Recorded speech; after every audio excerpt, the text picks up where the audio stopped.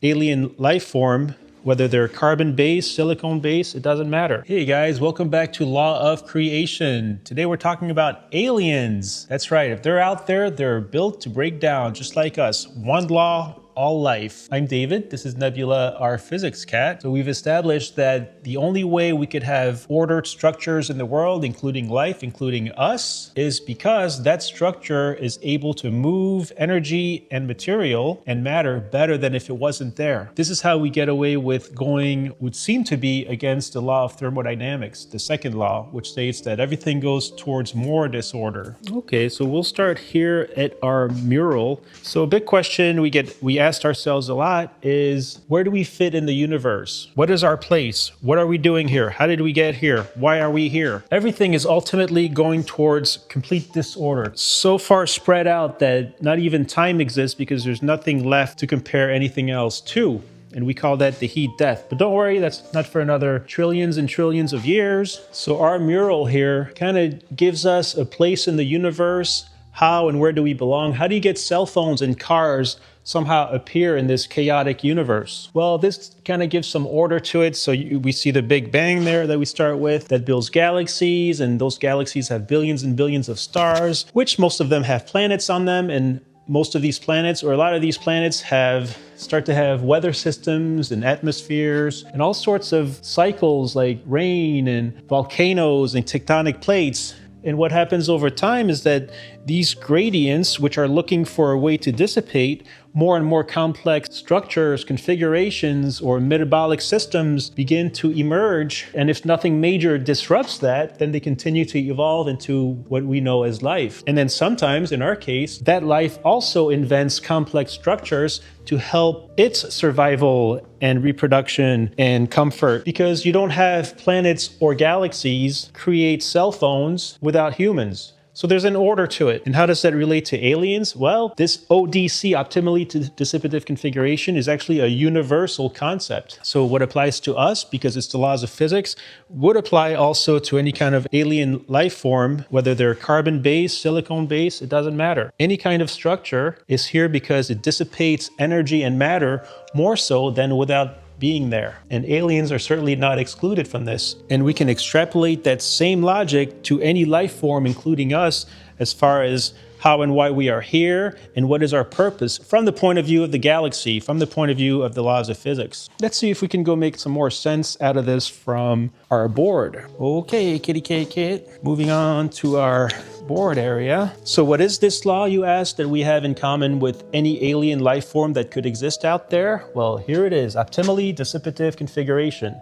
It might sound like a mouthful at first, but it's actually a great common denominator as to how any structure or configuration, being the pre-life organic molecules, building blocks of life, amino acids, how and why would they or should they emerge into these complex structures we call life? Of course, they didn't become humans for another 4 billion years after the discovered or understood life forms. All right, so here we have the C of ODC, so the final configuration, whether it's us or something we invent, or Nebula here, the physics cat. And by the way, she wasn't always a large physics cat. She started out being a tiny little physics cat. And so what we have is that the final configuration, be it a living thing, a human invention, or even an alien, what the universe selects, what we select, is the argument of the maximum, which is a fancy physics term saying that what is the optimal or the best or the winning configuration out of, and what this means here is what's the most entropy producing. What is of that thing that we're selecting for, whether it's survival or the best bridge or the configuration of pre-life building blocks, which one of those configurations is able to dissipate energy the best within the constraints of the system. So for example, let's say if we're talking about building a bridge to get those resources on that island, which are worth more to us than all the resources we're going to put into building that bridge, the universe does the same thing when the optimally dissipative configurations that are chosen are the ones that are able to harness all of those new gradients that appear in pre-life Earth. So the final bridge would be the final configuration. The argument of the maximum would be, of all the choices, of all the materials and ways to build a bridge, the human will choose the best design that's able to, in this case, have the most efficiently best bridge, or the one that will be able to help us harness more resources or more flow, all things being equal, within the constraints or within the materials we can use.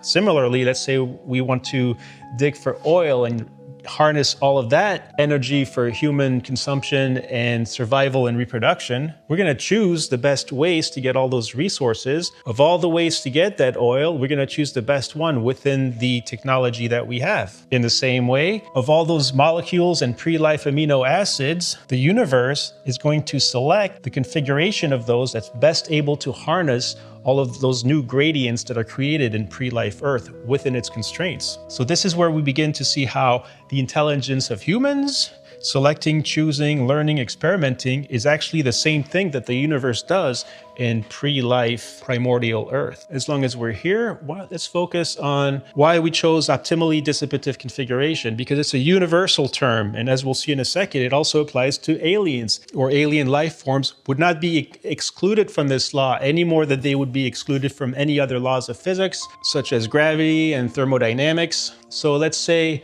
when humans are inventing something, they want the ultimate, the best, the top, the greatest, the maximum. The dissipative is the what? We want to be productive, efficient, prevailing, robust, evolving, stable. And C, configuration, can be anything from a process, an idea, a solution, a design, a structure. But optimally dissipative configuration is able to include everything, even at the atomic and molecular level. And this, my friends, is how we're able to reconcile the intelligence of humans with the intelligence of the universe. So today we're going to create a brand new molecule that's never, ever been seen before.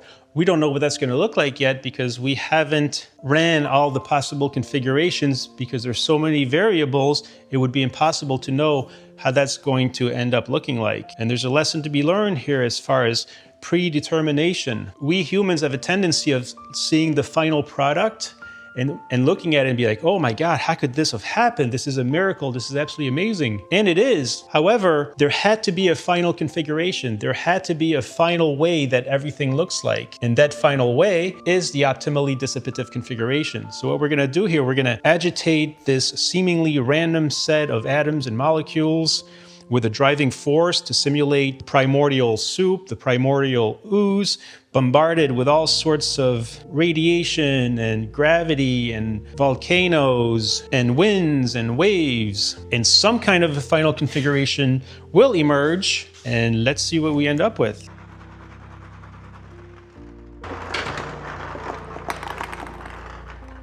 So this wasn't pre-planned, obviously, and we've got an interesting structure here. And it's even apparently only selected a few colors, which I haven't seen before. And this happens an infinite amount of times in primordial Earth, all over the surface of the planet, in the atmosphere, and beneath the ground itself. For the most part, nothing really will happen. It'll just come and go as it is. But once in a while, what happens is that final configuration is able to harness or dissipate some other potential gradient that's emerging in the primordial Earth. And what'll happen then is that dissipation will encourage more of its kind for a positive feedback mechanism. And that's a very simple way of showing how the precursors of life would have emerged. Without knowing exactly which chemical process it is, we know generally how it happened. And as we go further and further in time with new information, we're finding out exactly what those configurations were. And in every case, it'll end up that the optimally dissipative configuration is the one that was able to dissipate energy better than the others. And that applies to galaxies, solar systems, planets, even us, and guess what? Even aliens, they would have to live under those same rules. If they exist, if there's some kind of a very organized structure and technology, the only way they could be around is if they're able to dissipate more energy to the universe than it would take for them to be put together. That might be a lot to take if this is your first video, but we've got a whole channel dedicated to it, and not that many people know about this, so it's a wide open space.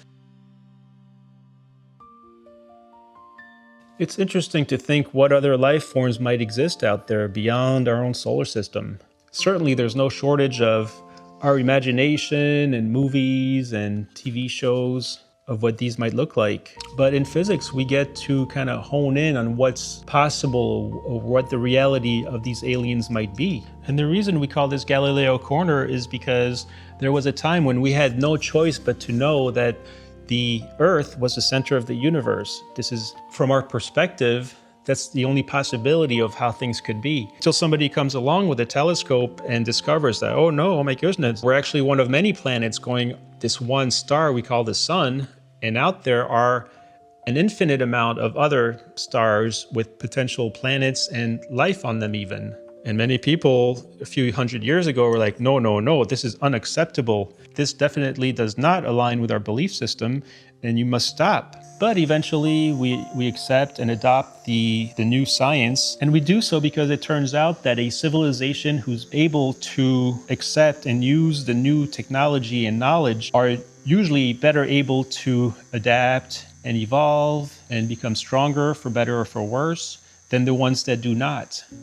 So by definition, the belief system usually has to adapt to the science than the other way around.